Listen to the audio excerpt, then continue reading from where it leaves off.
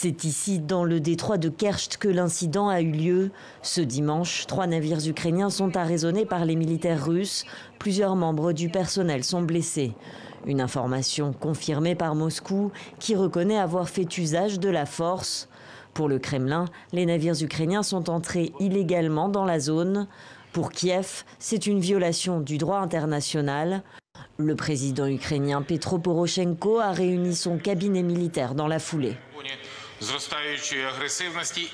Nous pourrions introduire la loi martiale pour renforcer les capacités de défense de l'Ukraine face aux agressions de plus en plus nombreuses et à la violation de la loi internationale par la Fédération de Russie. Le vote de la loi martiale sera proposé au Parlement ukrainien suite à cet incident sans précédent dans cette zone stratégique. Depuis plusieurs mois, les tensions entre Moscou et Kiev autour de cet espace maritime partagé s'intensifient. Le détroit de Kerch est le seul point de passage vers la mer d'Azov. L'Ukraine y possède des ports commerciaux et côté russe, c'est le seul point d'accès à la Crimée annexée. Moscou y a fait construire ce pont controversé de 19 km en mai dernier. À Kiev, des Ukrainiens se sont réunis devant l'ambassade de Russie en signe de protestation. Par ailleurs, le Conseil de sécurité de l'ONU tiendra dans quelques heures une réunion d'urgence sur l'escalade militaire entre les deux pays.